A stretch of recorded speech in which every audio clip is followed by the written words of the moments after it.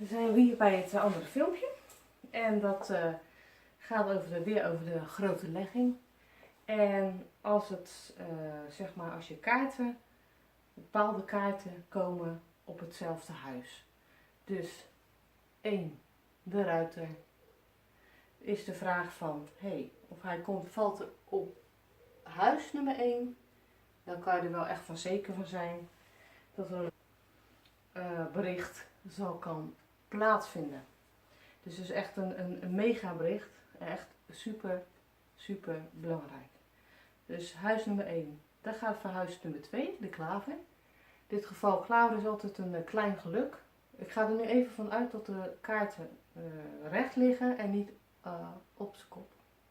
Dus allemaal even in de gewone positie. Ja? Nou, dus die kaart die valt zo. Op het huis nummer 2. Ja, dan is het misschien geen klein gelukje, maar een veel groter geluk wat jou te parten speelt, zeg maar. Het ligt natuurlijk even aan de vraag die je gesteld hebt. Laten we het even op het werk houden, even algemeen. Nou, dan heb je dus de nummer 3. Valt in de grote legging op huis nummer 3. Mega verandering.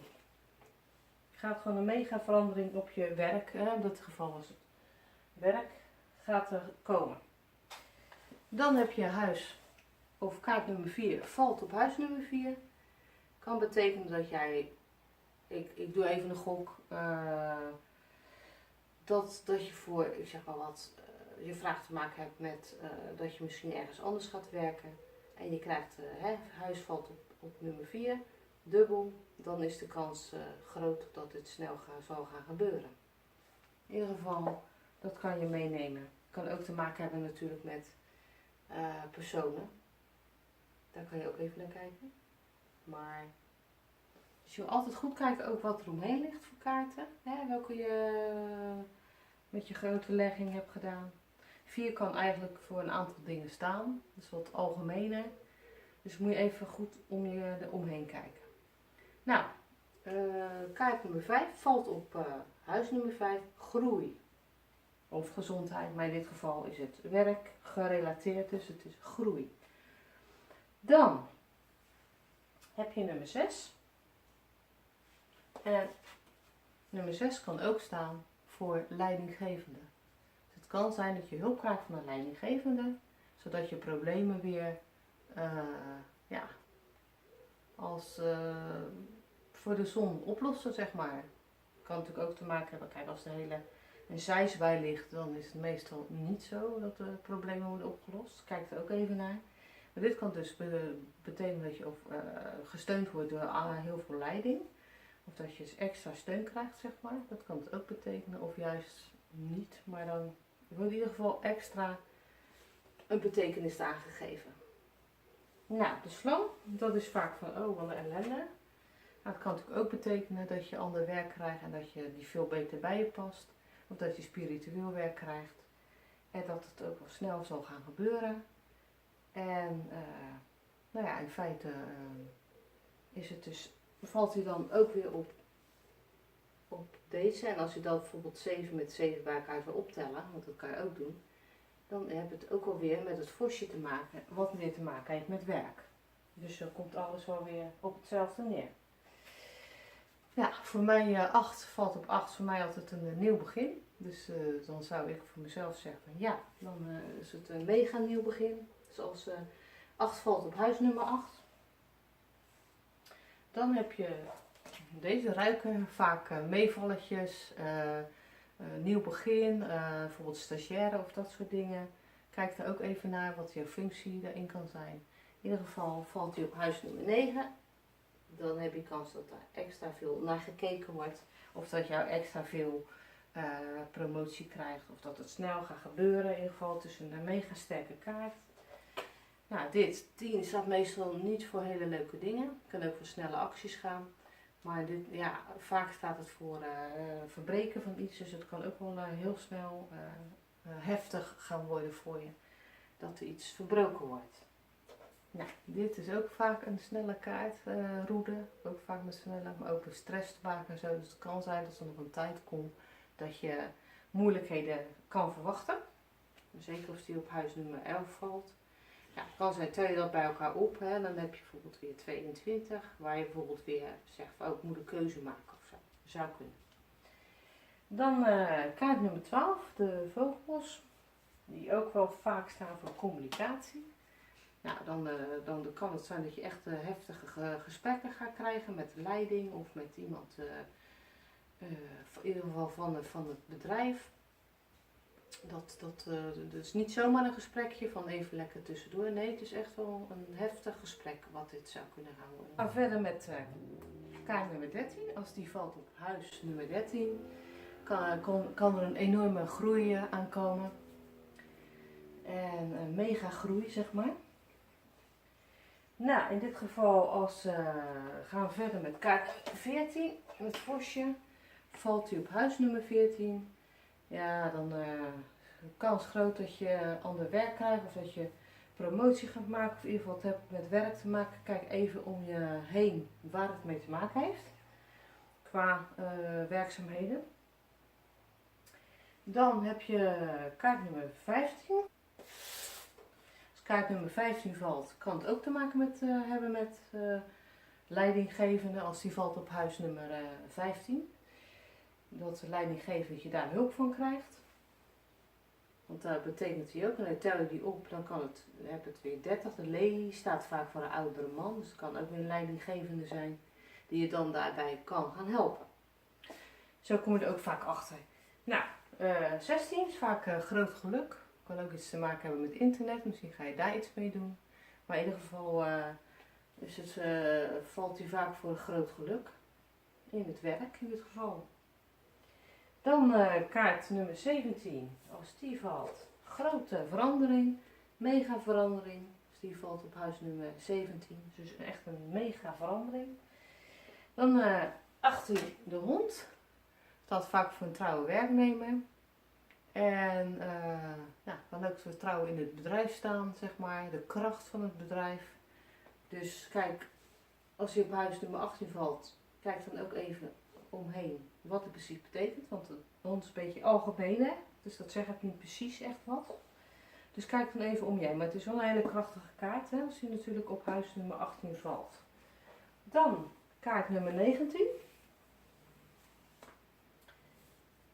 Dat is toren. Nou, die kan vaak te maken hebben met het bedrijf waar je werkt. En wie weet gaat daar wel iets mee gebeuren. Misschien gaat het bedrijf wel verhuizen of wat dan ook. Maar ja, jij weet het beter dan. Jij weet precies. Nou, het kan ook zijn dat het bedrijf gaat verhuizen. Kijk even wat het precies inhoudt, zeg maar. 20 heeft vaak te maken met klanten, met communicatie in het bedrijf. Nou, mocht je hier opvallen, misschien dat er dan meerdere klanten komen of meerdere klanten zijn waar jij mee gaat samenwerken. Kijk het even. Het kan ook wel eens zijn, dat heb ik ook wel eens gehad voor iemand waarmee ik zeg maar de grote legging deed. En toen viel de bergen op de bergen. Dus kaart 21 viel op huis 21. Dus het was echt grote problemen. Nog eens versterkt. Op huis 21 mega grote problemen. Oké, dan gaan we door met kaart 22. Vaak te maken met een beslissing of al een beslissing hebben genomen. Of nog voor een keuze staan. En misschien sta je in dit geval voor een hele grote keuze. 23 muizen. Nou, die het vaak voor een hoop gemis of een hoop ellende staan die vaak. Kan ook zijn voor diefstal dat die staat, diefstal op het werk. Daar zou die in principe ook voor kunnen staan. Maar voor deze is het ook wel weer een noodzaak om even er omheen te kijken. Om de kaarten omheen wat die rest aanduidt. Dan hebben we kaart 24. Ja, dat is altijd een hele mooie kaart. Kan ook voor een man staan in dit geval op het werk. Maar in ieder geval, of voor de liefde voor het vak, dat je dat hebt echt. En dat je dat ook echt uitstraalt en dat iedereen op je werk dat ook gewoon weet. Of misschien staat het zelfs wel voor een liefde, maar ja, dan is het natuurlijk meer een relatielegging. geweest. En dit is geval een werklegging, is toch anders.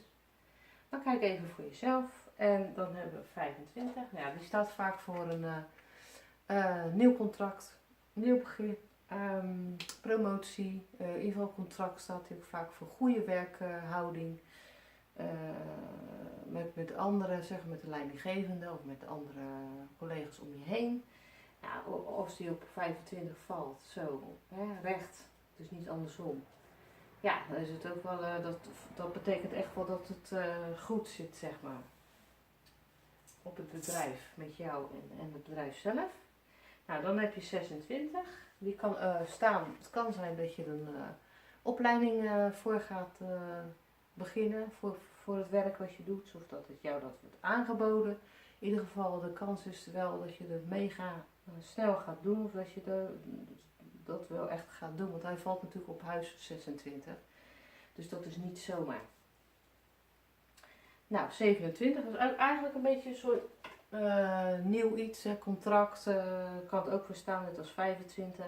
Zelfs 26 kan voor een contract staan. Maar meestal staat hij voor ook iets van stage of diploma halen. Of nog wel extra, zeg maar.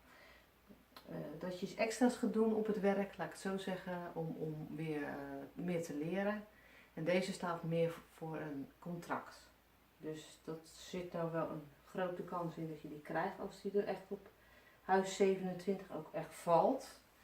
Nou man, dat is altijd een beetje vaag. Nou, als jij de vraagsteller bent en hij valt op huis 28, is het vaak zo dat jij daar zelf heel veel plezier aan beleeft aan het werk wat je doet. Maar valt hij niet, ben jij de vrouw en dan kan het ook staan, dit voor kracht, de kracht in jou. Kan ook echt staan voor een andere man die jou gaat helpen op de een of andere manier, of die heel belangrijk is op je werk. En die nu echt mega belangrijk is, omdat hij op huis 28 valt. Kijk even. Nou, dat zei ik al, hè. Ik had het zelf, huis 29, kaart 29. Vaak dat je er echt heel erg veel zin in hebt om te gaan doen wat je wil gaan doen. Dit is een zuivere kaart, maar ook hulp van een oudere man, of in ieder geval hulp in je werk. En dat kan ook wel mega hulp zijn, omdat hij valt op huis 30, zeg maar. Dan hebben we kaart 31, de zon, ook een hele mooie kaart. Kan ook te maken met promotie, of in ieder geval iets wat je heel erg graag wil doen op je werk. Ja, valt hij op huis 31. Ja, hartstikke goed. Ik heb er niks meer aan toe te voegen. Echt super. Nou, 32 valt hij op huis 32. Kunnen emoties, maar ook werk. Extra werk misschien in dit geval. Want hij staat, het is ook een werkkaart. Als deze nou op 31 valt en deze op 32. Hè, dus hij valt op huis 31 en deze valt op huis 32. Misschien dat je iets spiritueel gaat doen. Wat heel erg belangrijk voor je is. Of wat je gaat doen in je werk. En ja, ze dan echt ook echt naast elkaar vallen. En dat is op zich wel mooi. Dan heb je kaart 33. Nou, er komt een oplossing. Een hele goede, een hele snelle, een hele goede. Een hele sterke kaart is dit in dit geval. Dus kaart 33. Er komt een oplossing. En die kan ook best wel snel eraan komen. Want hij valt op huis 33. Dus de oplossing zal zeer nabij zijn. Op zich heel mooi. Kijk even om je heen waar die oplossing dan precies voor staat. Dan 34, dat zijn financiën, vermeerdering van financiën. Valt u dan ook nog eens een keer op huis 34. Ja, veel veranderingen financieel. Of uitbreiding in het werk. Kan ook, hè? Kan ook staan voor uitbreiding in het werk. Of uitbreiding in het werk en financieel erop vooruit gaan. Kan ook. Dan 5. Nou, heb vertrouwen, hou vertrouwen in het werk. Valt ook op huis 35. 36, ja, dat is vaak een einde. Of kan ook iets spiritueels betekenen natuurlijk. Maar ja, vaak staat hij voor een einde. Dus als hij dan op huis 36 valt, dat is dan misschien iets minder. Maar kijk even eromheen dan waar die voor valt. Nou, ik heb nu even uitgelegd van dat bij de grote legging ook kaarten kunnen vallen op hetzelfde huis. Dus de kaart 32 op huis 32. Nou, dat geldt voor alle kaarten. Doe daar wel iets mee. Het is op zich ook heel erg leuk dat het gebeurt. Het gebeurt niet zomaar. Maar het betekent ook echt iets. Dus doe daar iets mee. En hou echt in je achterhoofd dat het een versterkende werking heeft. Het heeft echt een mega versterkende werking. En dat maakt het Lenormand kaartlezen ook zo ontzettend leuk. Nou, dit was mij nog niet zo heel vaak voorgekomen. Ook omdat ik pas het kleed heb natuurlijk. Dus de grote leggingen op zo'n kleed. Dat er echt de huizen erop staan. Ja, dat heb ik natuurlijk nog niet heel vaak gedaan. Want in mijn werk achter de computer heb ik daar geen ruimte voor. Dus ik doe het eigenlijk meer voor persoonlijke leggingen en zo. En ook voor mezelf en vrienden en weet ik veel. Maar ook voor klanten. Maar dan echt persoonlijk. En niet achter de computer. Nou, in ieder geval is het leuk ook voor mij. Om dan, toevallig had ik zelf liet ik een kaart leggen. Dus voor mezelf. Door iemand anders. Door een vriendin van me. En toen kwamen er dus, wat ik al zei. Er kwam dus uit nummertje 13, dus het kindje, hè, dus een mega groei in dit geval. En 17, dus een mega verandering in mijn werk, want dat was een werkgerelateerde vraag. Ja, even zo leggen, zo en zo. En kaart nummer 29, ikzelf, degene om wie het gaat in dit geval, met legging, dat ik er gewoon mega veel zin in heb. Dus ik ben benieuwd. Nou, als je nou zelf ook de grote legging doet met de huizen erbij, dus eronder. En jij zal ook merken dat je ineens een dubbele, ja, dat ineens op de ring valt op huis nummer 25. En je hebt de vraag gesteld van werk, of je moet in ieder geval een thema hebben. Dat is het belangrijkste. En de vraag, dus thema en vraag. En hij valt erop. Laat het me weten, vind ik leuk. Dus zet het hieronder van, nou, dat is mij. Ik had dat thema, ik had die vraag en toen viel die kaart daaruit. En daaromheen lagen die en die kaarten. Nou, bijvoorbeeld, deze is dan in dit geval degene waar het om gaat. Huis 25, kaart 25. En daaromheen moet ik even anders doen. Dus raak je in de war. Dan kijk je, dus je hebt het huis, dus deze ligt dubbel, of die ligt erop. En dan kijk je gewoon welke kaarten liggen er omheen. Nou, dan kan je zeggen van, dus welke kaart ligt om deze jongen heen. Hup. Even een voorbeeld hoor. Naar die kaarten kijk je. Ja. Dus je kijkt, dan zeg je nou die kaart lag eromheen, die lag eromheen.